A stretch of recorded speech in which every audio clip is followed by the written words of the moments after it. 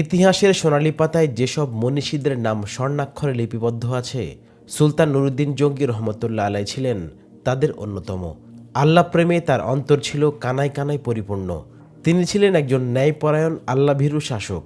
রাতের এক বিরাট অংশ তার ব্যয় হতো তাহাজ্জুদ নামাজ ও ওজিফা পাঠে। তার ইন্তেকালের পর বহু শতাব্দী অতিবাহিত হয়েছে সত্য, কিন্তু আজও ওই আকাশ বাতাস চন্দ্র সূর্য গ্রহ নক্ষত্র তার কৃতিত্বের স্বাক্ষর বহন করছে। লক্ষ কোটি মুসলিম হৃদয়ে তিনি অমর হয়ে আছেন, থাকবেন অনাদিকাল পর্যন্ত। হিজরি 557 সালের এক রাতের ঘটনা। সুলতান নুরুদ্দিন জঙ্গি রহমতুল্লাহ আলাই তাহাজ্জুদ ও দীর্ঘ মুনাজাতের পর ঘুমিয়ে পড়েছেন।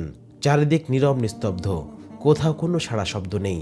এমতাবস্থায় হঠাৎ তিনি স্বপ্নে দেখলেন স্বয়ং রাসূল করিম সাল্লাল্লাহু আলাইহি ওয়াসাল্লাম তার কামরায় উপস্থিত। তিনি কোনো ভূমিকা ছাড়াই দুজন নীল চক্ষু বিশিষ্ট লোকের দিকে ইঙ্গিত করে বললেন, নুরুদ্দিন, তুমি এই দু ব্যক্তির ষড়যন্ত্রের হাত থেকে আমাকে হেফাজত করো। এই ভয়াবহ স্বপ্ন দেখে সুলতান নুরুদ্দিন রহমতুল্লাহ আলাই অত্যন্ত ভীত সন্ত্রস্ত হয়ে ঘুম থেকে জাগ্রত হলেন এবং কিংকর্তব্যবিমূঢ় হয়ে গোটা কক্ষময় পায়চারি করতে লাগলেন। সাথে সাথে তার মাথায় বিভিন্ন প্রকার চিন্তা ঘুরপাক খেতে লাগলো। হৃদয় রাজ্যে ভিড় জমালো হাজারো রকমের প্রশ্ন। তিনি ভাবলেন, আল্লাহর রাসূল তো এখন কবর জীবনে, তার সাথে অভিশপ্ত ইহুদিরা এমন কি ষড়যন্ত্র করতে পারে? কি হতে পারে তাদের চক্রান্তের স্বরূপ? তারা কি রাসূলুল্লাহ সাল্লাল্লাহু আলাইহি ইসলামের কোনো ক্ষতি করতে চায় কি পরজীবনে তার সাথে ষড়যন্ত্রে লিপ্ত হতে? আমাকে দুজন ইহুদের চেহারা দেখানো হলো কেন? শয়তান তো আল্লাহর নবীর অবয়বে আসতে পারে না। তাহলে কি আমি সত্য স্বপ্ন দেখেছি? এসব ভাবতে ভাবতে সুলতান অস্থির হয়ে পড়লেন। তিনি অজু গোসল সেরে তাড়াতাড়ি 2 রাকাত নামাজ আদায় করলেন। তারপর মহান আল্লাহর দরবারে ক্রন্দনরত অবস্থায় অনেকক্ষণ মুনাজাত করলেন। সুলতানের কক্ষে এমন কেউ ছিল না যার সাথে তিনি পরামর্শ করবেন, আবার এ স্বপ্নই এমন নয় যে যার তার কাছে ব্যক্ত করবেন। অবশেষে আবারও তিনি শয়ন করলেন।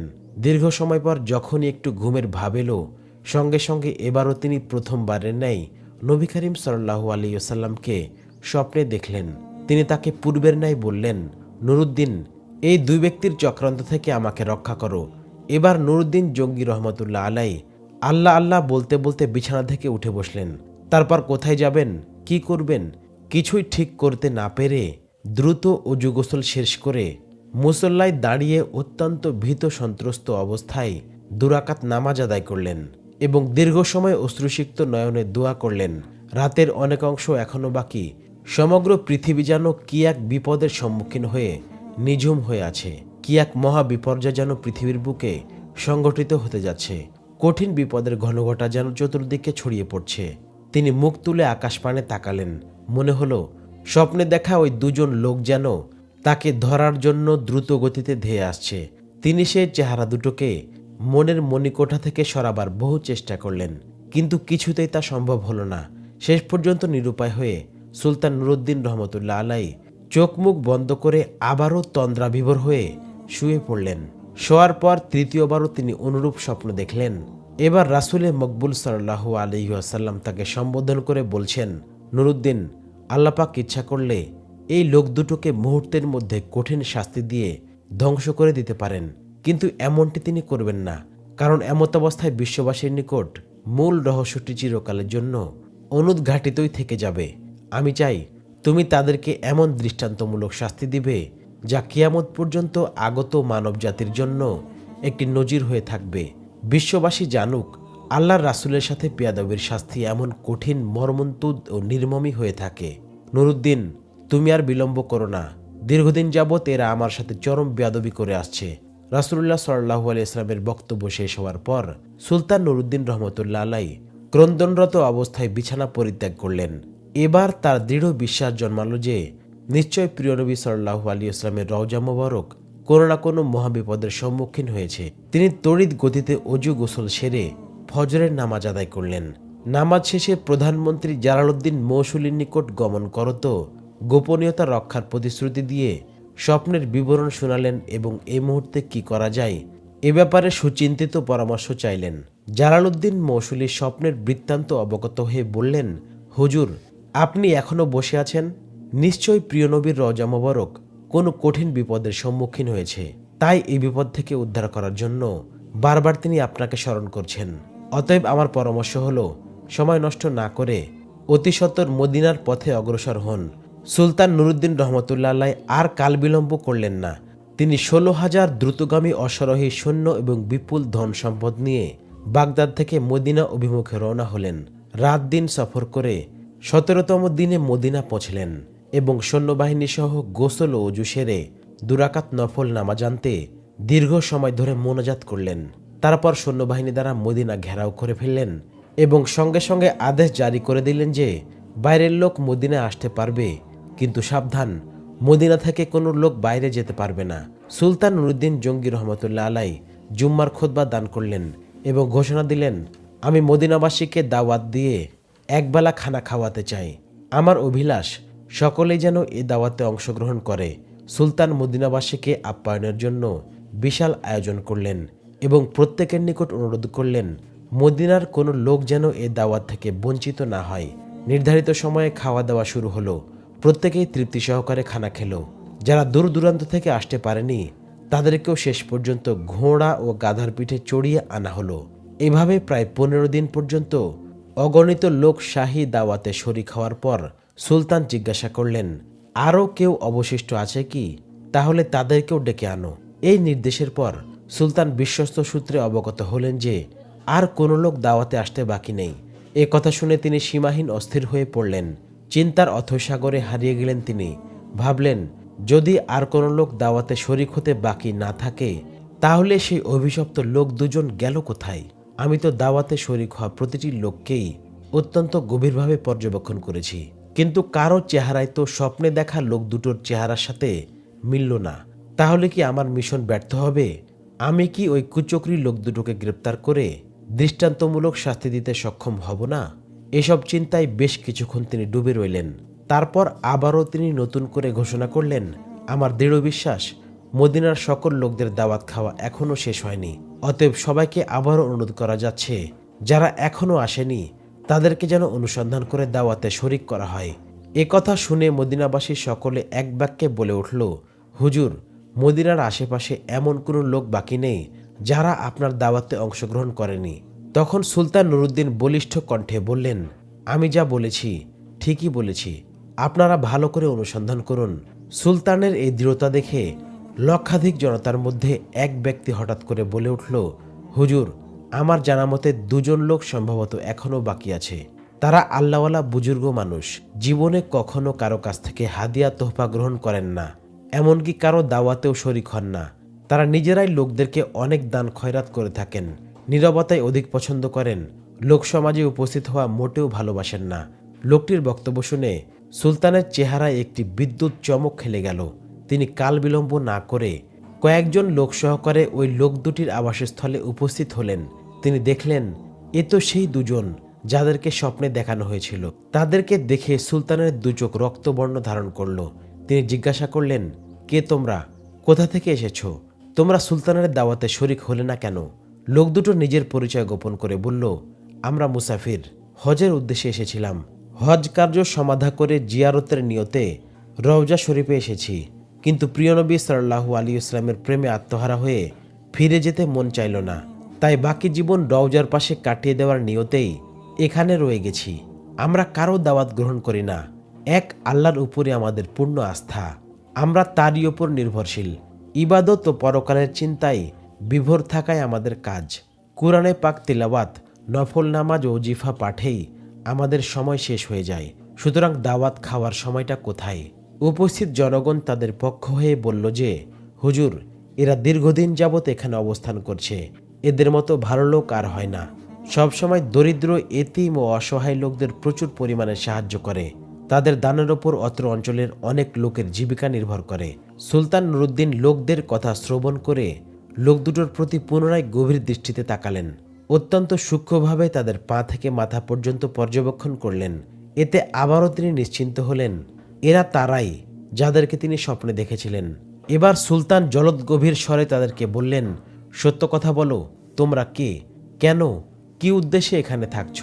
এবারও তারা পূর্বের কথার পুনরাবৃত্তি করে বলল, আমরা পশ্চিম দেশ থেকে হজব্রত পালনের জন্য এখানে এসেছি। রাসূল সাল্লাল্লাহু আলাইহি ওয়াসাল্লামের নৈকট্য লাভই আমাদের একমাত্র লক্ষ্য। এ উদ্দেশ্যেই আমরা এখানে অবস্থান করছি। সুলতান এবার কারো কথায় কান না দিয়ে তাদেরকে সেখানে আটক রাখার নির্দেশ দিলেন। অতঃপর স্বয়ং তাদের থাকার জায়গায় গিয়ে খুব ভালো করে অনুসন্ধান চালালেন। সেখানে অনেক মাল সম্পদ পাওয়া গেল বহু দুর্লভ কিতাবপত্র, কিন্তু এমন কোনো জিনিস পাওয়া গেল না যা দ্বারা স্বপ্নের বিষয়ে কোনো প্রকার সহায়তা হয়। সুলতান অত্যধিক পেরেশান, অস্থির, এখনও রহস্য উদ্ঘাটন করতে না পারায় তিনি সীমাহীন চিন্তিত। এদিকে মদিনার বহু লোক তাদের জন্য সুপারিশ করছে। তারা আবারও বলছে, হুজুর, এরা নেককার বুজুর্গ লোক, দিনভর রোজা রাখেন, রাতের অধিকাংশ সময় ইবাদত বন্দিগিতে কাটিয়ে দেন, 5 ওয়াক্ত নামাজি রওজা শরীফের নিকটে এসে আদায় করেন, প্রতিদিন নিয়মিত জান্নাতুল বাকি জিয়ারত করতে যান, প্রতি শনিবার মসজিদুল কোবাতে গমন করেন, কেউ কিছু চাইলে খালি হাতে ফিরিয়ে দেন না। সুলতান তাদের অবস্থা শুনে সীমাহীন আশ্চর্যবোধ করলেন, তথাপি তিনি হাল ছাড়লেন না। কক্ষের বিভিন্ন অংশে অনুসন্ধানী দৃষ্টি ফিরিয়ে যাচ্ছেন, ঘরের প্রতিটি বস্তুকে গভীরভাবে পর্যবেক্ষণ করছেন, কিন্তু সন্দেহ করার মতো কিছুই তিনি পাচ্ছেন না। সুলতান এক পর্যায়ে সঙ্গীদের বললেন, আচ্ছা, তাদের নামাজের মুসল্লাটা একটু উঠাও দেখি। সঙ্গীরা নির্দেশ পালন করল। নামাজের মুসল্লাটি বিছানো ছিল একটি চাটাইয়ের ওপর। সুলতান আবার নির্দেশ দিলেন, চাটাইটিও সরিয়ে ফেলো। চাটাই সরানোর পর দেখা গেল একখানা বিশাল পাথর। সুলতানের নির্দেশে তাও সরানো হলো। এবার পাওয়া গেল এমন একটি সুড়ঙ্গ পথ যা বহুদূর পর্যন্ত চলে গেছে, এমনকি তা পৌঁছে গেছে রওজা শরীফের অতি সন্নিকটে। এ দৃশ্য অবলোকন করা মাত্র সুলতান বিজলি আহতের ন্যায় চমকে উঠলেন।